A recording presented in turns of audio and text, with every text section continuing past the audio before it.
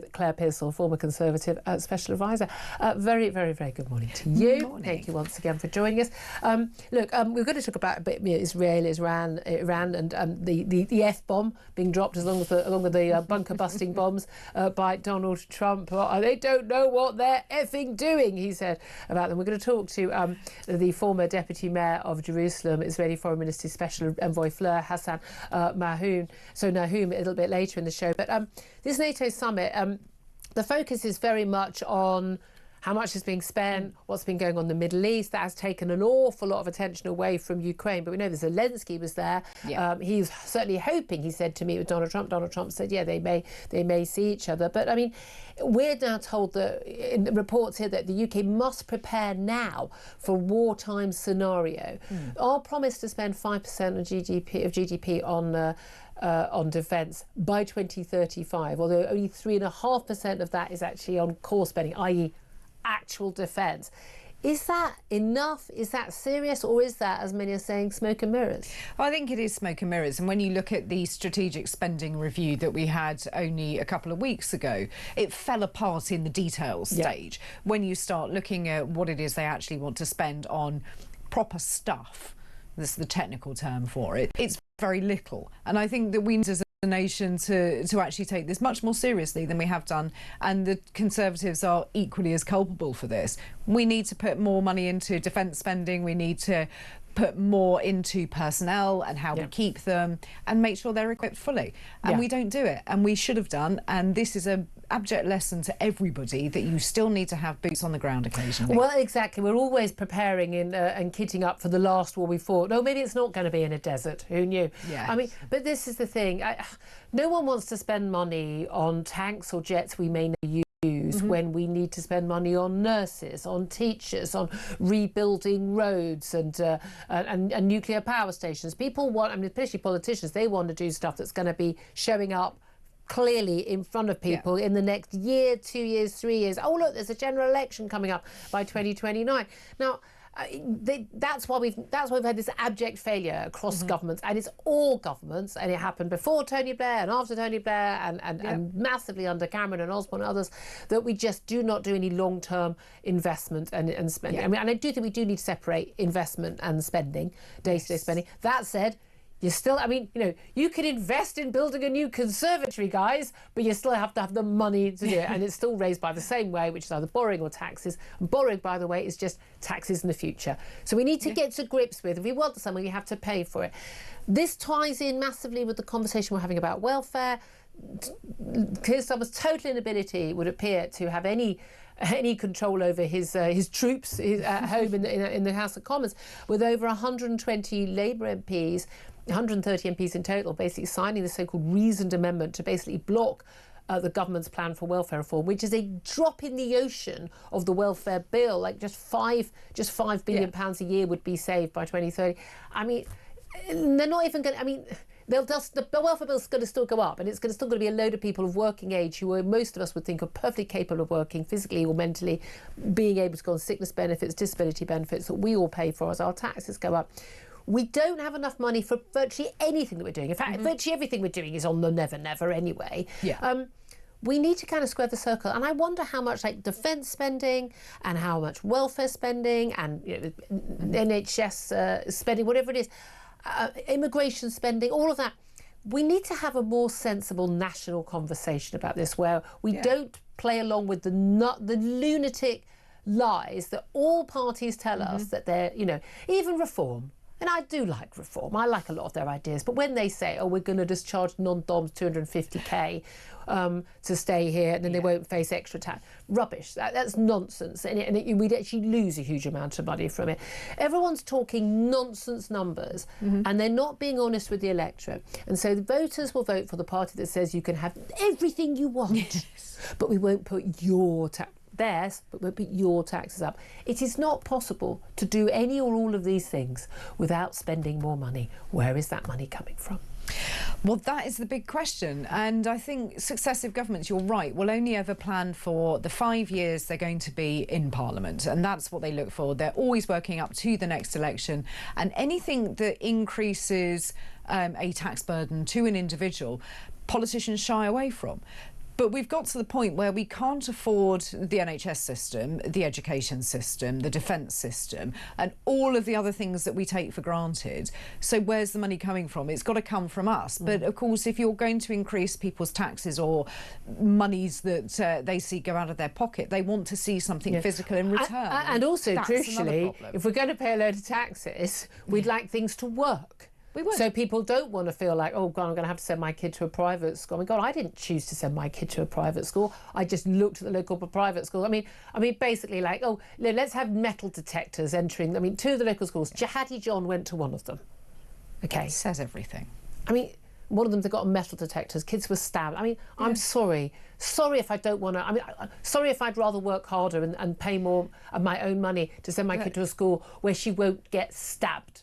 I'd call me old-fashioned. Now, a lot of people aren't privileged enough to be able to do that because, you know, it's very expensive. But, you know, or you know, having a family member, you know, who has to wait for a scan of some sort when they're worried about cancer and people being able, you know, the family being able to help them out and paying them. But people are feeling like, I'm paying a load of money and I'm not getting anything for it, and I'm seeing all of those people getting stuff, whether it's someone who's swinging the lead on benefits. And yes, it is on the grand scale. We do not have more sick and disabled people than any other Western country, which is what our welfare statistics tell us. 1,000 more people a day signing up to sickness and disability benefits. A day. It's mad. It's unsustainable. And we've got a whole load of Labour MPs who will not wake up to that. We've got a whole load of, frankly, Tories who don't wake up to that because they allowed it to happen on their watch. We need a reckoning.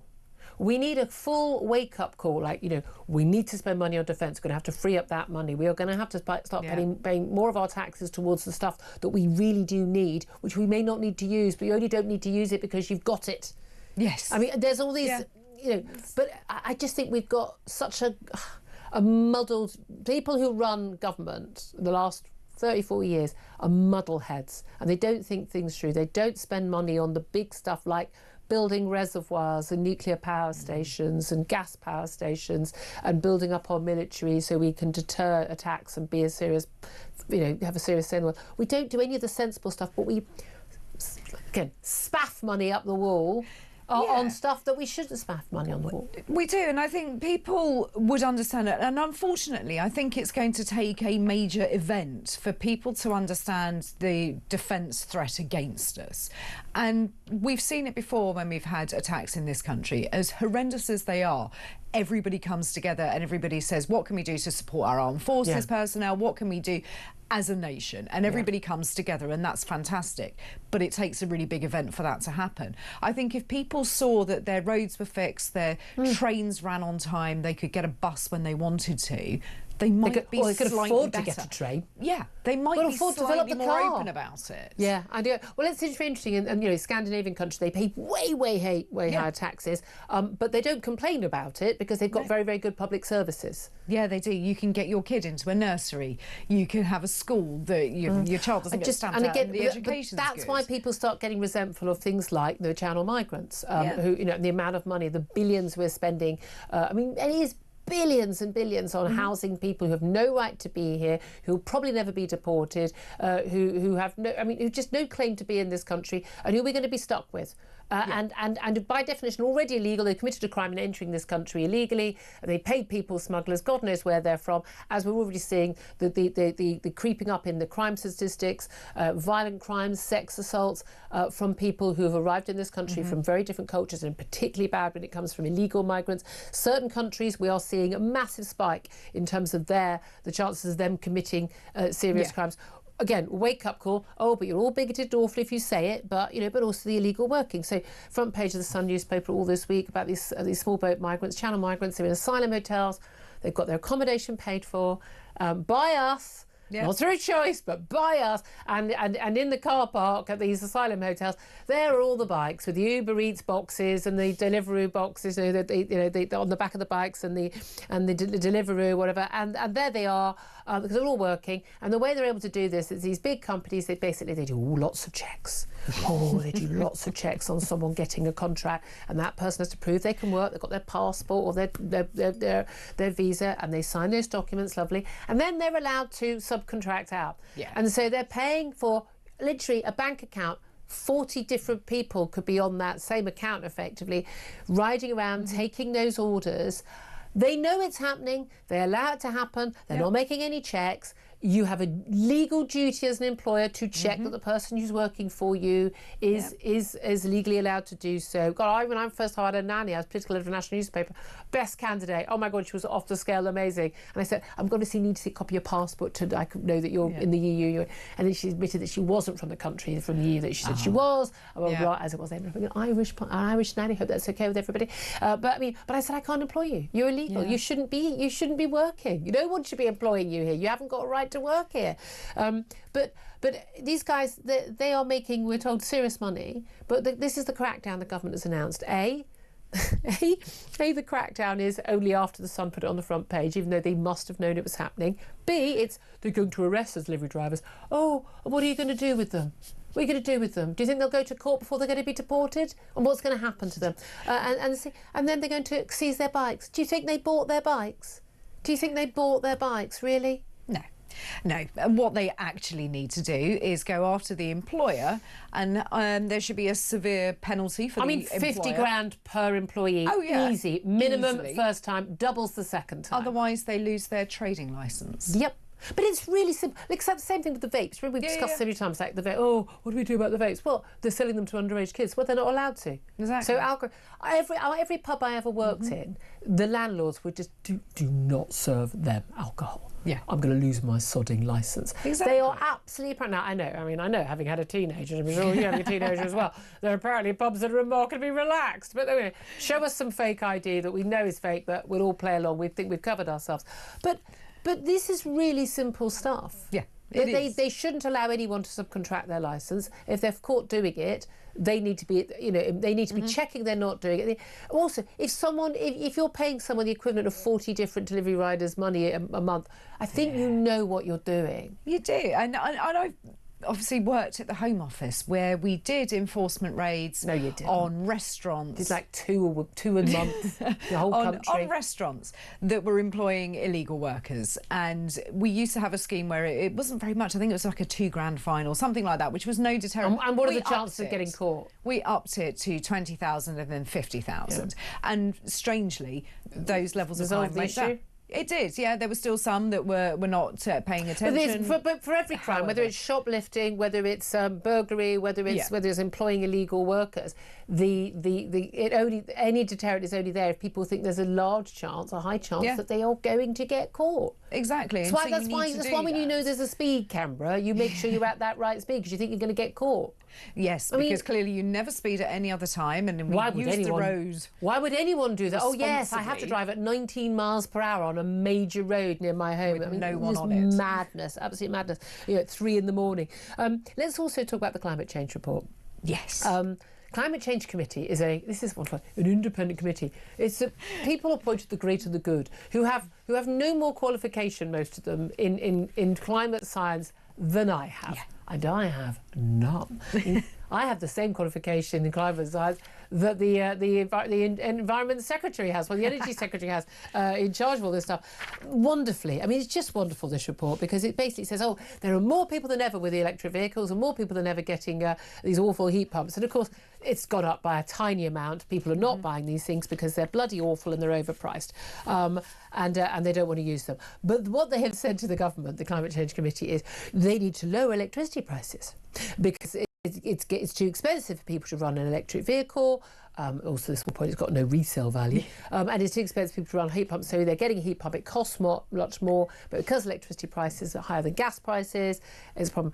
But given that the Climate Change Committee is pushing net zero policies, and net zero policies push up electricity prices, they're now telling the government to cut electricity prices. I mean, you couldn't make this stuff up. I mean, we've had these conversations so many times, and this is just so utterly ridiculous. Added to that, the Resolution Foundation have put out a report. And they're a sort of left-wing think tank, aren't they? They are. They were previously run by someone who is now a Labour minister. But they are suggesting that EV users. So anybody with an electric car is actually going to be draining more out of the grid. So even if you reduce the price, you're going to push it up for other people. So if you're living in your 6-bed mansion and you've got your electric car on charge outside, somebody in a 1-bedroom flat down the road, their electricity price is going to be higher because of the demand that is needed. You know, everyone's switching their kettles on and they're putting their TVs on, so there's a price surge. So the person is funding it is that person in a 1-bedroom flat who cannot afford an EV, even if they wanted one, or a car themselves, funding the lifestyle for those. But I've never understood why people who can afford an electric vehicle, by definition, a more expensive car. Most people I know who've got them, it's their second car. We do not have a second car. Barely use the first one. But they get discounted rates on electricity. So they're saying they should put it up. I want a discounted rate. Why can't I? I don't have an electric car, but I'm not at home the majority of the day because I'm at work. So why can't I have a discount that I'm not using? You do, because you don't have to pay for electricity. And we're providing you with aircon right now. Stop moaning. I love it. She only came in for the air conditioning, honestly.